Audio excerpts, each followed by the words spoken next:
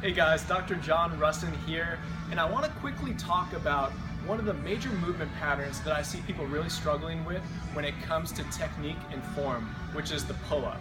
So the vertical pull, the chin-up, the traditional pull-up, it's definitely a staple in every muscle and strength building program, but many times it becomes injurious because people just don't execute it properly.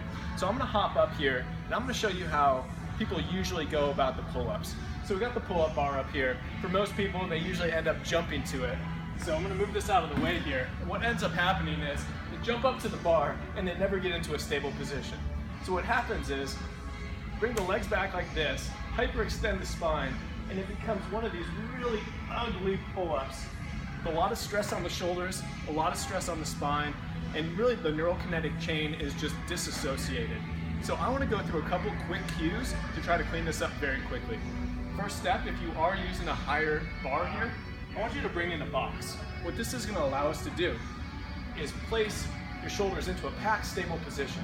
So I'm not hanging out on the ligaments here. I'm in a stacked, stable position from here. I have full range of motion, full at the elbows, through the shoulders. I'm going to position myself in a drop, and this is going to be my stable starting position. So that's a really big key because we need to set up properly before we get going. But a second thing is to make sure that we're actually involving the hips and we're involving the anterior core when we're into the pull-up position. So as I just showed on the bad pull-up, people are hanging out like this. That's the polar opposite of what we want. We actually want a straight knee position. You want the toes pointed down, and you want a good contraction coming through the core isometrically.